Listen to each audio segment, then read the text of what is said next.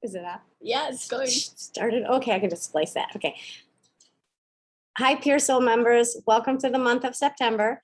This month's spiritual focus topic is on processing. So this is my daughter, Brittany, and we were having a really good conversation this morning, and I was planning on talking about something else, but when we got into our conversation, I thought this was a great topic to share with everyone.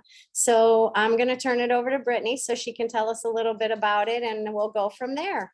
Wonderful. Thanks, Mom. So hi, everybody. This morning, my mom and I were having a conversation about where energy travels and how you process emotion and feeling in your body. And she made this really good point. You said, the heart is your processing center.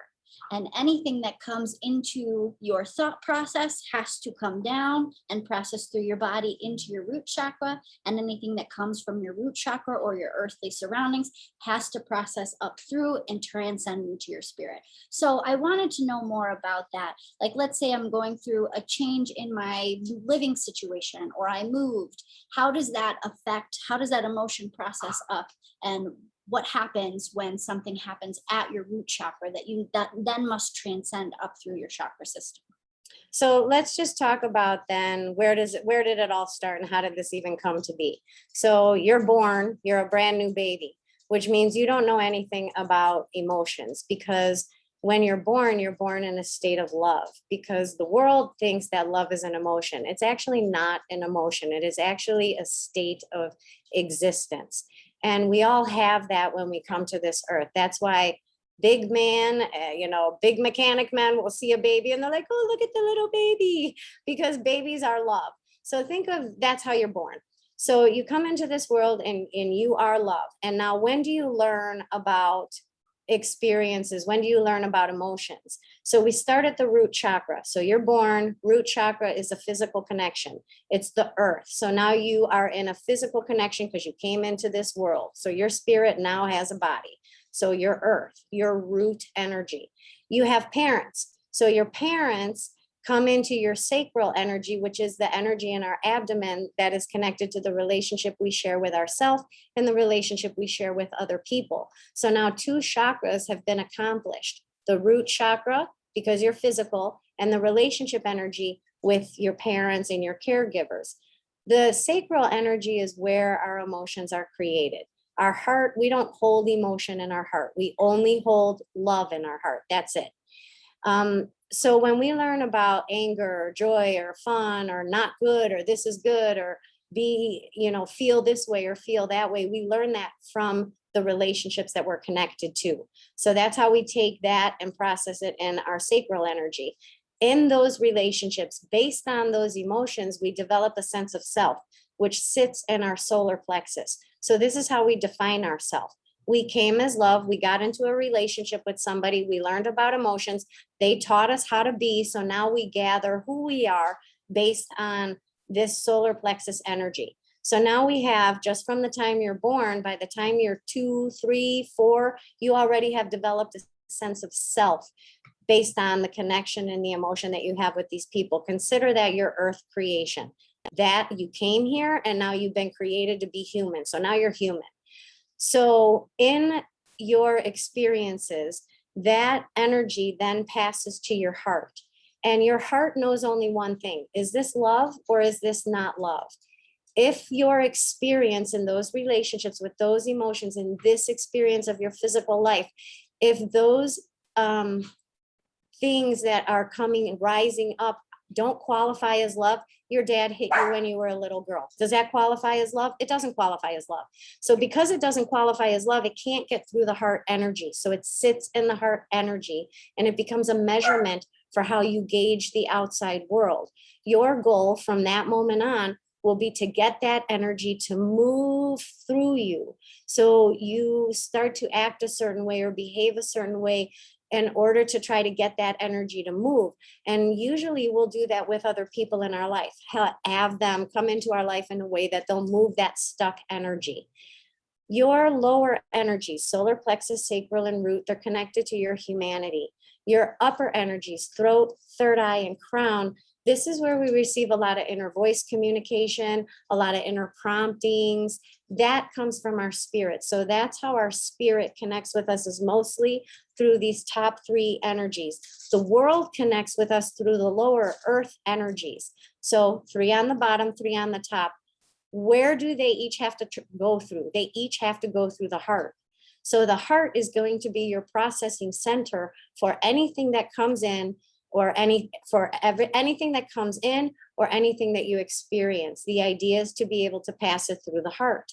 So if the heart has a block from when you were younger, that some experience did not qualify as love, then the rest of the world, as you experience things with them, they will be measured based on what's ever stuck in your heart.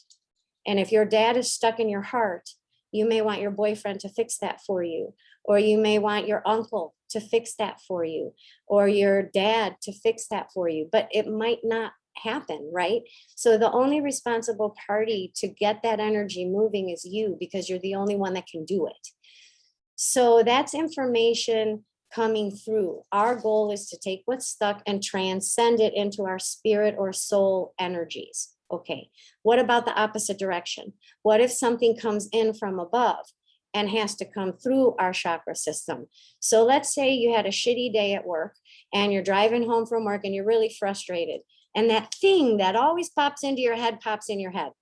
I just should have went to nursing school. That's what I should have done. I don't know why I'm wasting my time at this stupid job. I hate this job. You know, these people, they piss me off, and you're angry because you had a shitty day at work and you're in the middle of that thought process when all of a sudden that one thought that always comes back pops in your head and says, I should have just went to nursing school. Yeah, I'm going to go to nursing school. Now that comes from your soul. It popped in randomly. It interrupted you in the middle of your rant about your current job. Now you have an idea, this brilliant idea that pops into your head. And you think, yeah, you know, maybe I ought to do that. So then you start to visualize, what would your life be if you became a nurse? Then you get home and you're so excited. You talk to your husband or your friend or your children or whoever you talk to when you get home, and you say, yeah, I had a crappy day at work. I'm just done with this place, you know, and I was thinking about it. And it always comes back to me like, I should just be a nurse. And I think I would be a good nurse, because you visualized it. Now you're talking about it. See, this information came in, you entertained it, and you processed it. Now, remember, you got to get it through your heart chakra. And so let's say that your friend or your partner or somebody says, oh, that's going to cost you a lot of money. And now it comes back to you as a response. Now you have to put it in your heart. And what happens in your heart? Whatever issue you have about money. Maybe your dad got laid off when you were a little girl and you guys were eating macaroni and cheese, but now you're freaked out about the money, and now you stop that flow of energy and you don't do it because you're worried about the money, because you have something happen before that measures money. So now that idea can't even get through. Maybe it wasn't even about the money, what got stuck in your heart. Maybe it was you never get support from people. You have a great idea and you tell somebody your idea and slam it. I tend to do that to her. You slam it down, you know, you're like, well, are you thinking reality? That's what I tend to do to my children. I ask them if they've thought about reality. And she's like, it was just a good idea. Why did you have to bring like that into it? But even somebody can have a response, right? And tell you that, and you're looking for something else. And so it gets stopped and it doesn't move. And that's where we run into a problem, because my response to her, when it gets to her heart for that processing, well, it doesn't feel like love. So it's not going to go through. Now there's a block. Go through is love. The only thing that can go through is love, love of self, love of others. That's what goes through. And then that, when it goes through, let's say it goes through that, let's say they say, quit your job. I'm going to support you. Follow your dream. Go for it. Oh my God, that fills your heart with the money. It fills your heart with the desire to become a nurse. Now it settles in your solar plexus. You have a self-definition. You are going to be a student of nursing. And then you sign up. And right now you're in a relationship with nursing. So now it's in your sacral chakra and you're accomplishing it. And then you actually start the schooling. And now you're in the root physical thing. So we've taken the nursing, we've brought it all the way to ourselves. We shared it with the world. We processed with somebody else. They validated it. or we validated it. Maybe our friend wasn't there. Maybe we figured out a way to validate it, and we figured out a way to do it, and we didn't let anything stop that flow of energy. We pushed it through. We'll figure out a way to pay for it. We know it'll make us better. However it gets through, but you get it through, it lands in your self-identification, and then you become it. So the energy went in, it went all the way through, you manifested it, and it became. So we have in both directions, input, process, output at the root.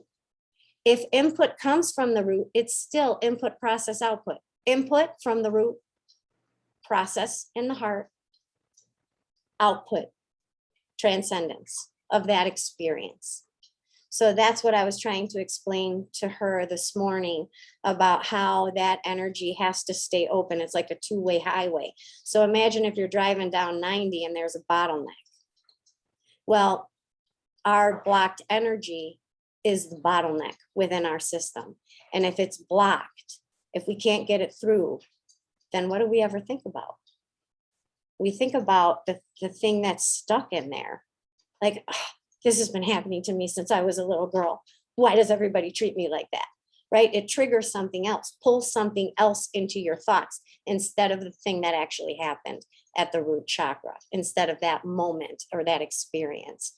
Oh gosh, am I too long-winded? Did that cover it? That was good. Okay. That was good.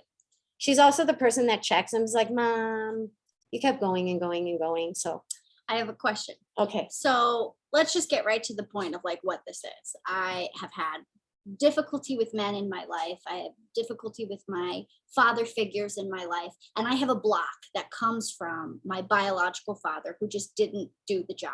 And no man after that can get through the block that I have, no matter how hard I try or how hard they try, to their credit, because it's my block. So how do I unblock myself so that I do have that flow of love, I do have that flow of energy, and that anything that's coming in, either top or bottom, doesn't get stuck in the block from my biological dad? Well, a lot of times what happens is we look for somebody to help make that block happen. And sometimes we're really lucky.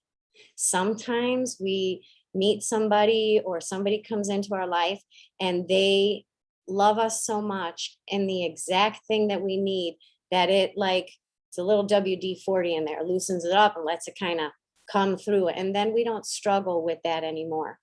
I think that the key to that is to recognize that when we expect another person to fulfill us, we're asking them to fulfill an emotion or something that is stuck inside that we want to get through.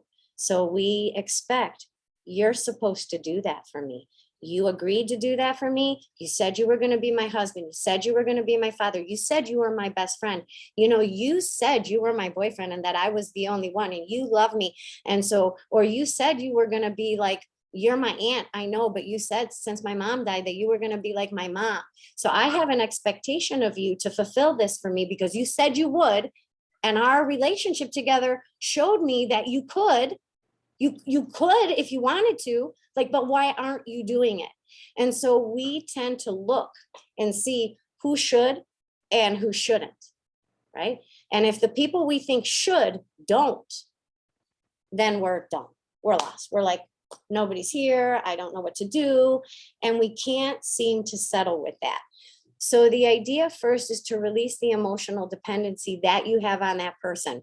You are this person. I have a block. I need somebody to help me fix it. You signed up, you said you would. So now I expect that from you. And I have an emotional dependency on you for you to fix that for me. But if you're not going to do it, I sit with that. So you have to find a way to remove the emotional dependency that you have with that person. It's kind of like if you have a refrigerator and you're hungry and you open the refrigerator, but you haven't gone shopping, so you have no food in there. You open the refrigerator, there's nothing there. And then you go watch TV for a little while, you get that feeling for the munchies again, you get up, you go to the refrigerator, you open the refrigerator, you look, and you're like, oh yeah, shit, I forgot. I didn't go grocery shopping. You shut the refrigerator. You do this 5 or 6 times. How many times are you gonna open the refrigerator if you know damn well that you didn't go grocery shopping, there's no food in there, right? So it means that it's a waste of time to keep expecting that person to do it. And when we have an expectation of one person to do it, anything that God or the universe brings you to help the block go, you'll never even realize it came. Because you are so attached to the messenger And that you can't see the message. right. So I could have 1,000 different men go take me to go get tires for my car when my tires were bad, or who helped wait with me while I called a tow because my car broke down, or who said, hey, nice car, because that's all I needed. That's all the dad that I needed. But I was so focused that it didn't come from my biological dad or my stepdad that I couldn't see it for, hey, the neighbor said I had a nice car. Or, hey, this person waited for me, this total stranger. Or, hey, my father-in-law sat with me and got me tires. Like, I couldn't process that as love, even though it was love, because I was so attached to the original owner of my block. And that the original owner of my block is supposed to remove my block. When no, God removes all the blocks. And you just have to accept and see that the love is love, regardless of who it's coming from. And that should be your WD-40. Am I understanding that correctly? Yes. Think about it. Are you going to spend 10 days opening the refrigerator? Or are you going to order a pizza? Right. I'm going to go. Or to maybe another are you going to go to source. like McDonald's and grab a burger? Like, what are you going to do? Right. So you're not going to keep going to the refrigerator. And that's the point, is to realize where the block is, what you need, maybe even who put the block there. And how are you going to unblock it? Because there's no food in that refrigerator. So you need to find another way to eat. And that's how it is. And I'm a computer programmer by my nature. That's why it's input processes the heart. The heart processes because this is your gauge of is love or is not love. And if you have a block in there from when you were a kid or some traumatic experience, that's what happens. This happens a lot for like PTSD. You have an experience that comes in, something traumatic happens, you're in the war. Something traumatic happens at your root chakra. You develop a relationship with that because of that trauma. You bring that into your sense of self. Then you try to get it through your heart, that experience of the war, but you can't get it through your heart because it's not love, because you had a before the war person and you had an after the war person. So now you're trying to transcend that experience. But if they don't meet in the heart, it's not going to transcend. So you'll find a lot of traumatic experiences will be blocked in your heart. A lot of misunderstandings will be blocked in your heart. But traditionally, those are your first experience of whatever that is. Right. And then all the rest of the experiences simply trigger the thing that you're trying to get through. So if you never get it through, then you're going to have a lot of experiences that the universe will bring you as an opportunity to loosen it up. So if you didn't learn with number one and try to get it through, you might meet another guy that treats you the same way. And then finally, you are going to exhaust yourself.